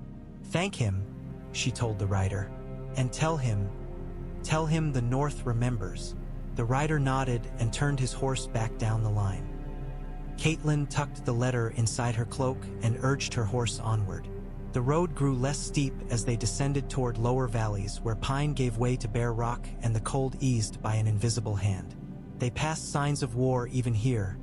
Refugees huddled in makeshift camps, their carts piled with blankets and pots, their eyes hollow. Some stared at the passing host in disbelief, as if they had thought the Vale a myth. Others knelt and wept when they saw the moon and falcon and the bronze runes. A thin woman with a child in her arms stumbled toward the road before a guard gently held her back. "Are you coming?" she cried. "Are you coming to save us?" Catelyn's throat tightened. She had no answer that could fit in a sentence. Anya Waynwood rode past the woman and called softly, "We are here," and it was not a promise of peace, not a promise of miracles, just the simple truth of steel on the road. At midday, they halted near a narrow stream that ran clear and icy over stone. Men dismounted, fed horses, checked straps. Robert Arryn was lifted down carefully, his legs shaking. He looked around with fearful wonder at the world that was not carved stone and endless sky. Catelyn watched him for a moment, pity and anger tangled inside her. A child should not be a banner. A child should not be a reason men die. Yet banners were made of cloth, and cloth did not inspire the way a boy's frightened face did. Men looked at Robert and remembered why the Vale existed, not as a fortress but as a people. When the halt ended, Catelyn's escort prepared to leave the main host and ride south toward Riverrun. She tightened her cloak, checked her saddle girth, and glanced back down the line at the marching column. Somewhere beyond these mountains, Robb Stark wore a crown too heavy for any boy. Somewhere beyond these mountains, men plotted in halls and castles. Men who would not expect the falcon's shadow to fall across their plans. Catelyn turned her horse south, and the road carried her toward her son and toward a war that had just gained a new heartbeat. In King's Landing, the air was thick with heat and rot, and the red keep smelled of sweat beneath perfume. The city did not know clean wind. It knew only smoke and salt and the sour breath of too many bodies pressed too close. Peter Baelish read the Raven's message by candlelight, and the words made something bright flicker behind his eyes. The Vale rides. He could almost taste it. Change was a flavor, sharp and sweet. Across the table, Cersei Lannister's mouth tightened as if she had bitten into something bitter. "Impossible," she said. "That cow Lysa sits in her nest and trembles. She will not move." "She did not," Peter agreed pleasantly. "Her lords did." Tywin Lannister stood with his hands clasped behind his back, as if he could hold the realm in place by sheer posture. His face did not change, but Peter had spent enough time around powerful men to recognize the moment their minds recalculated. "Which lords?" Tywin asked. "Yohn Royce," Peter said. "Onyo Waynwood." Horton Redfort, Nestor Royce, Lynn Corbray. He watched the names land. The old blood. Cersei's nails dug into the table. "Traitors," she spat. "Pragmatists." Varys murmured from the shadows, voice soft as silk. "The Vale has sat out long enough to be blamed for every death it did not prevent. Perhaps they have grown tired of being untouched." Cersei whirled her glare toward him. "And you find that amusing?" Varys lifted his hands. "Not amusing, Your Grace. Merely predictable. Men do not like feeling useless, nor do they like feeling guilty." Tywin's gaze remained on Peter. "Why now?" Peter shrugged lightly. "The war has changed shape," he said. "The Starks win battles. The Tyrells bring gardens to our doorstep. The Riverlands burn. And the Vale. The Vale has kin in the Riverlands, and a widow with too many secrets. He let the last words hang, a tiny hook baited with implication. Cersei's eyes narrowed. Secrets. Peter smiled. All of us have them, he said, and thought, not unkindly, of Lisa Arryn's desperate eyes and the way she clung to love as if love could keep her from falling. Tywin's voice turned colder. If the Vale joins Stark, Stark's position strengthens, he said. Their cavalry will cut our lines. They will reopen the Riverlands. They will. They will also need feeding, Peter interrupted smoothly, and leading, and agreeing. He leaned forward, candlelight gilding his cheekbones. An army is not merely swords. It is politics on horseback. Cersei snorted. You think their lords will squabble? They are lords, Peter said. It is what they do. Tywin's eyes sharpened. And what do you propose? Peter spread his hands as if offering a gift. We turn the Vale back to stillness, he said. Not with armies. With the thing armies cannot fight. Gold, Cersei said, contempt dripping. Gold, Peter agreed. And promises. And marriage. He watched Cersei's face, watched her suspicion. Lisa Arryn is a frightened woman. Frightened women cling. Ay cling to power, to sons, to men who whisper that they can keep them safe. Tywin's gaze did not flicker. You know her, he said. Peter's smile softened into something almost sincere. I knew her when she was a girl, he said. And girls do not change as much as they pretend. Cersei leaned forward, eyes bright with venom. Are you suggesting you bed her for the realm? Peter laughed quietly. For the realm? He echoed, as if the idea were charming. No, your grace. For the Vale. Tywin's mouth tightened. This is not a game. Peter's eyes glinted. It is always a game, he said. The difference is only whether you know you are playing. Varys's soft voice drifted in. And if the Lords Declarant have already confined Lady Lisa Arryn? Peter's smile did not falter. If anything, it widened like a door opening. Then they have made her desperate, he said. And desperate women are easier to guide. Tywin's eyes stayed on him, measuring. If you fail, Stark gains a kingdom's strength. If I fail, Peter said, I lose a chance at the Vale I have wanted since I was small enough to be kicked around by lords who thought birth made them gods. He rose, smoothing his cloak as if smoothing the world. I do not intend to fail. Cersei's gaze followed him like a knife. You are useful, she said, as if spitting the word. But do not forget who you serve. Peter bowed slightly. I never forget, he lied, and left them with candlelight and worry. As he walked the corridor, he felt the realm shifting beneath his feet like a board over water. The Vale Road. That meant the war would not end the way anyone had planned. And Peter Baelish adored nothing more than a plan breaking. By the time the Vale's vanguard reached the Riverlands, the land itself looked exhausted. Fields lay trampled, not by harvesters but by armies. Fence posts leaned like broken teeth. The air carried smoke even when no fire burned nearby, because the earth remembered. Villages that should have smelled of bread and animals smelled instead of ash and fear. At dusk, they came upon a hamlet that had been half-scorched, half-spared, an ugly mercy. A few huts still stood, their doors hanging open. In the mud between them, small folk moved like ghosts, slow and wary, too tired to run. Bronze Yohn Royce rode into the center without flourish. He dismounted, handing his reins to a squire, and approached an old man who stood clutching a pitchfork that looked heavier than he was. We are the Vale, Yohn said, voice steady. We bring food. We bring protection. The old man stared at the bronze armor as if it were a tale made real. The Vale, he croaked. The Vale never comes. It comes now, Yohn replied. Behind him, Nestor Royce snapped orders and men began unloading bread and salted meat.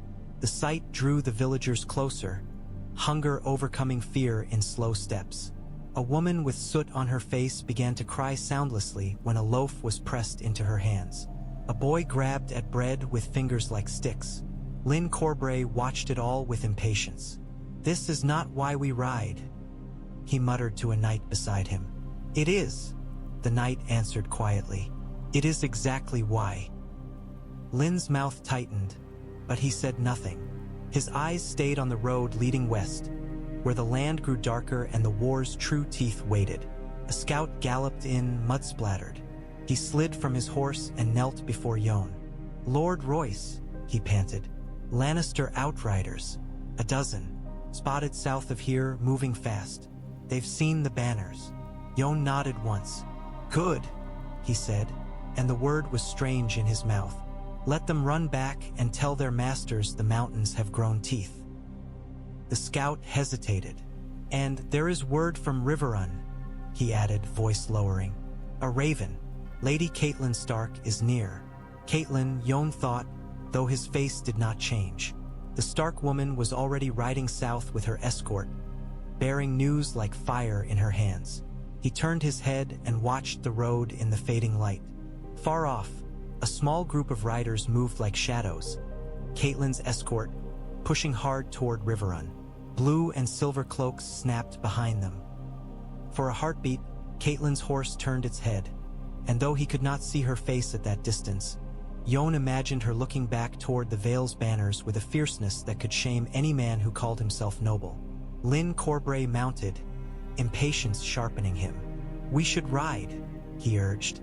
"We should hunt those outriders. Give the lions a taste." "We will," Yohn said, "but not like boys chasing birds. We ride with purpose." He stepped through the mud toward the villagers, who were now huddled around bread as if warmth could be eaten. A girl no older than Arya had been, no older perhaps, but hunger made age meaningless, looked up at him with enormous eyes. "Will you stop them?" she whispered. Yohn Royce met her gaze. "We will try," he said. He could not promise more. Promises were easy. Keeping them was what killed men. The girl nodded as if try was a miracle. Above them, a raven took flight from a broken roof beam, wings beating hard against the red sky. It rose higher, higher, until it was nothing but a dark speck, carrying news to someone, somewhere, that the Vale had finally descended from its heights. Somewhere north, Robb Stark would read a message sealed in bronze and blue and know he was no longer alone. Somewhere south, men in jeweled halls would curse and bargain and plot. Somewhere at the Twins, an old man with too many sons would count coins and weigh loyalties, and begin to wonder whether wolves were still easy prey. Yohn Royce swung back into his saddle. The bronze runes on his armor caught the last light, and for a moment it looked as if the old glyphs burned. "Forward," he ordered. The host moved again, and the Riverlands, wounded, smoking, grieving, heard a new sound on its roads. Not the careless thunder of invaders, the steady, deliberate march of men who had finally decided they belonged to the war.